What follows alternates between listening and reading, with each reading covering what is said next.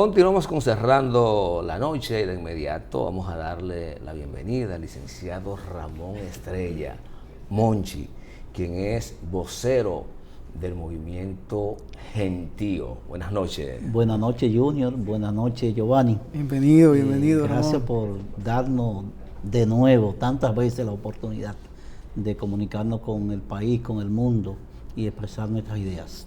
Ramón, Junior, escúchame, antes de que tú arranques con la batería de preguntas, algo simplemente creativo e inteligente, porque Gentío, me parece muy inteligente ese nombre. ¿Cómo nace Gentío? ¿Cómo surge? Porque lo veo como muy a tono con lo que vive el mundo. Bueno, nosotros nos hemos dado cuenta de que en República Dominicana, a diferencia de una gran parte de los países latinoamericanos que han logrado llegar al poder por la vía electoral, en la República Dominicana las ideas progresistas y de izquierda no han estado en el imaginario de la gente. Y electoralmente los partidos de la izquierda en la que hemos militado y en la que hemos aportado bastantes años de nuestra vida, no hemos sido capaces de sintonizarnos con la población, y en busca de ese encuentro entre las ideas progresistas y la gente, involucrando mucha gente, decidimos poner el nombre de Gentío para el cambio político y social. Es como ubicarte en el GPS de la vida, Gentío Político Social, GPS. Y no, está interesante, de verdad. A propósito, Gentío ha estado realizando fundamentalmente en Santiago unas actividades cada viernes, toda la semana, y nos gustaría que Ramón Estrella Monchi nos hable de esa actividad, que siempre recibo las fotos, los videos de gente manifestándose, vestida de rojo, no sé, ¿qué es lo que pasa? Bueno, nosotros decidimos en el mes de octubre llamar a los Viernes Rojos, porque lo que está pasando en este país los viernes es un asunto que pone a la gente, tiene que poner a la gente en alerta, porque es un asunto de pánico. Todos los viernes sucede el aumento de los combustibles. El Estado Dominicano, el gobierno de la República Dominicana, ha preferido recuperar lo que iba a ser la reforma fiscal, los impuestos que iba a poner por la reforma fiscal, imponérselo a los combustibles. Y ahora el 10% de las recaudaciones del Estado, las recaudaciones netas, son por impuestos a los combustibles. Y eso no puede ser, que República Dominicana sea el único país del mundo que no produce un producto, entonces el impuesto sea lo que el gobierno tiene destinado al pago de los intereses de la deuda externa. Y la deuda externa va de manera galopante, creciendo todos los días. Y se dice, y el argumento que tenía el gobierno era que el precio internacional del barril de petróleo estaba muy alto y que por eso inclusive decía que había compensado, pero previamente a eso aprobó que 6.000 millones de pesos de los impuestos que le cobraban a los combustibles iba a servir como una especie de compensación para mantener los precios. Pero esos 6.000 millones de pesos resulta que es el 4% de la totalidad de lo que ellos recaudan. Entonces, el año pasado, que el precio del barril de petróleo estuvo alrededor de los $13, en mayo del año pasado, el barril en el mercado internacional estaba a $13. El combustible no bajó, quedó en lo más alto. Ahora, el 1 de noviembre del presente año, es decir, hace un mes y varios días, el barril de petróleo tuvo el precio más alto que se ha dado durante el año, que fue $84 el barril. Sin embargo, el gobierno dominicano, a través del Ministerio de Industria y Comercio y el desmemoriadito, es decir, es decir, una persona que perdió la memoria, que dijo que tenía una fórmula para bajar los combustibles, que el gobierno del supuesto cambio que nosotros tenemos, dijo, hay que ponerlo porque va a haber una presión social, porque la gente quiere rebajar los combustibles. Lo pusieron en el puesto y se le olvidó la fórmula.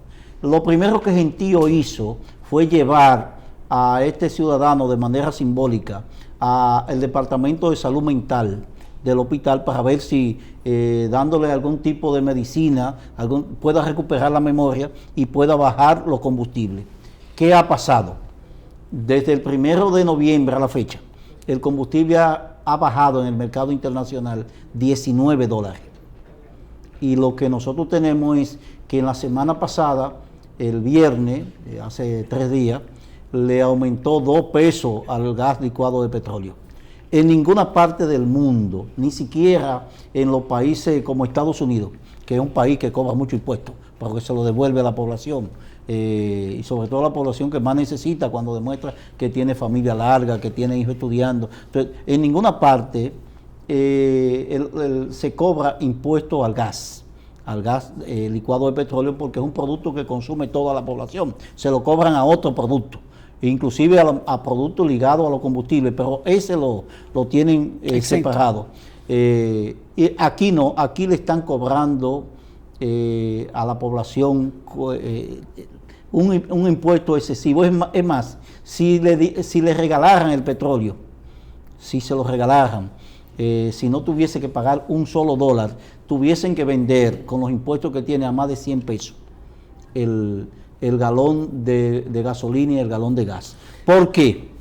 Porque una ley que le han anexado otras leyes, 2 leyes más, beneficia 5 sectores. Los importadores, porque ya la refinería no es la que mayor importa petróleo, sino que existe unos petróleos que lo traen por San Pedro de Macorís, otros que lo traen por Asua. Pueblo Viejo. Entonces, clanes que son, en lo que tiene que ver con el gas natural, inclusive un solo importador, una sola transnacional importadora. Y esas empresas transnacionales obligan a tener los precios que ellos tienen. Si ellos lo traen al país, ya no tienen que llevarlo a la refinería porque lo traen como producto final. Eso por uno.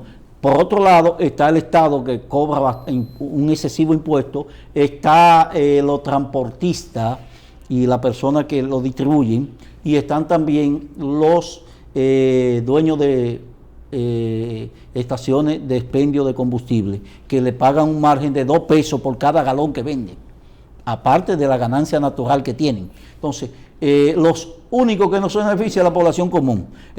Ustedes que vienen en su vehículo privado no tienen, porque muchos de los sindicalistas se convirtieron en empresarios porque le dieron, desde los gobiernos pasados, le dieron bastante exoneración de combustible y ellos se lo vendían a sus asociados, no se lo daban al precio que estaba. Es decir, y inclusive vendían a distribuidores de gasolina en el mercado negro para que esta gente lo venda al mismo precio que lo compraban. Entonces, aquí ha habido una gran estafa, una gran mafia en lo que tiene que ver con el Ministerio de Industria y Comercio desde los gobiernos pasados, y que se mantiene porque lo denunció el propio PRM y le puso hasta precio a cómo debía venderse, y la refinería de petróleo. En ese sentido, Gentío también, conjuntamente con esta actividad, está reclamando que se hagan las auditorías a las gestiones pasadas, tanto de la refinería de petróleo como del Ministerio de Industria y Comercio, porque ahí es que está el gran auge de corrupción pasado. Pero Ramón, ¿no tendría mucho sentido esta auditoría si esto está basado en una ley? Es que no solamente la ley, es que aún implicando la ley tiene unos precios excesivos. Es decir, porque la ley lo que permitía es que si el petróleo subía en el mercado internacional, subía el producto, pero aquí en el mercado internacional baja y nunca ha bajado. Es decir, no le han explicado a la población en qué consiste la ley. Estoy diciendo, y lo puedo decir con prueba, que en el último mes en el mercado internacional el barril de petróleo bajó $19. Es decir, de 84 dólares está a 65, el que compra la República Dominicana, y eso no se ha reflejado en el precio de los combustibles, es decir, está igualito de alto. Y podemos decir que en mayo del año pasado el barril llegó a 13 dólares cuando se vio más bajo, y el galón de gasolina, el galón de gas estaba por encima, el de gas por encima de los 100 pesos. Sin embargo, tú hablas del desmemoriadito, refiriéndote al ministro. Al ministro, sí. Parece que también por un asunto de presión social se sincerizó y planteó que no, es un problema de la ley. No. Y que habría que modificar es que la ley. Cuando hizo la fórmula existía la misma ley, no se ha cambiado. Pero estaba en campaña. Sí, entonces este país tiene que conocer quién dice una cosa en campaña y quién dice una cosa cuando está en el gobierno. Y no es un asunto de nada personal contra Hito, porque de él debemos reconocer dos cosas. Cuando fue legislador fue uno de los que más produjo en términos de leyes. Inclusive la ley de armas que tiene este país es de su producción, de su autoría, pero como ministro y como político que se proyectaba a otro nivel, ha fracasado porque le mintió a este pueblo. Sin embargo, yo observo, Ramón, que no solamente el ministro de Industria y Comercio ha tenido un discurso de doble moral con relación a los combustibles, también desde el gobierno y desde el partido de gobierno. Es más, hay legisladores hoy día que son dirigentes choferiles que pasaron por todos los programas denunciando la estafa que estaba sufriendo el pueblo dominicano producto de esa ley. Y yo no he visto una sola iniciativa de esos legisladores tendente a modificar. Y te puedo mencionar el nombre del amigo Ricardo de los Santos, dirigente choferil de Fenatrado, pero además senador por la provincia Sánchez Ramírez. ¿Dónde están las iniciativas que ha planteado para lograr la modificación? Evidentemente, si esto se lo dejan al gobierno, posiblemente vamos a durar 4 años esperando que se modifique la ley. El problema es que el presidente de la República hizo un anuncio también muy generalizante, en el sentido de que aquí iba a haber reforma constitucional, que se iba a reformar la ley de hidrocarburos y el sector eléctrico, que nosotros íbamos a tener una reforma al sector salud y al sector de la seguridad social. Todo esto fue de manera muy general. No se han creado las comisiones, la mesa de trabajo para modificar la ley de hidrocarburos. No se han creado. Y el Estado dominicano, el gobierno dominicano, ha pretendido imponer de manera indirecta una reforma fiscal que se le cayó por un asunto de voluntad de la población. La opinión pública no estaba de acuerdo y supuestamente escuchó. Y ese gobierno de escucha que nosotros, toda la población aplaudió, ese gobierno de escucha ahora se ve diezmado con la actitud del ministro de Industria y Comercio, que no escucha a toda la población que está diciendo: rebajen los combustibles, quiten los impuestos al gas, quítenle los impuestos al gas. Es decir, este país no puede soportar que las principales recaudaciones sean con un producto que no se produce en el país. Ramón, yo he observado que se ha hecho mucha crítica al gobierno porque convocó un diálogo sin tener propuestas. Y yo no sé, quizás, como he dicho en otras ocasiones, de manera equivocada, yo veo eso como una gran oportunidad. Si tú no tienes propuesta, yo te pongo una sobre la mesa y vamos a discutir sobre esa. Bueno, y quitarle el argumento. Nosotros hemos hecho propuestas, pero no hay interlocutor, porque el gobierno no dice con qué está de acuerdo. Es decir, solamente el gobierno planteó una sola propuesta. En el diálogo que convocó recientemente. Que fue el asunto de la modificación de la Constitución, y dijo para qué. No, en todo. Pero en lo que tiene que ver con la reforma de la ley de policía, la reforma de policía, son planteamientos muy generales. Nosotros como gentíos hemos hecho planteamientos. Nosotros hemos dicho, en la reforma policial, nosotros queremos que se haga un estudio de quien aspira a ser policía para ver el porqué.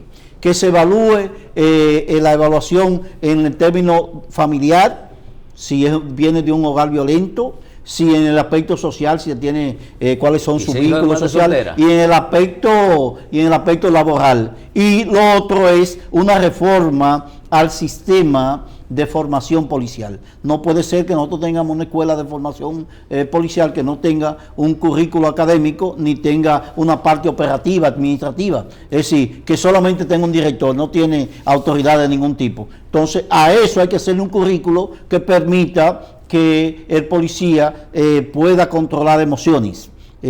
Ramón, pero si yo tengo entendido que le dan un mes de entrenamiento ahí y lo mandan para la calle. Un mes de entrenamiento físico. Pero no solamente el aspecto físico. Nosotros, el policía que necesitamos es un policía que sea solucionador de conflictos, que no creador de conflictos. Entonces, es un policía que tenga control de la ira, control emocional, un policía que sea un ejemplo, un policía que no te participe en actividades delictivas. Y después de eso, entonces el Estado tiene que garantizarle otros medios.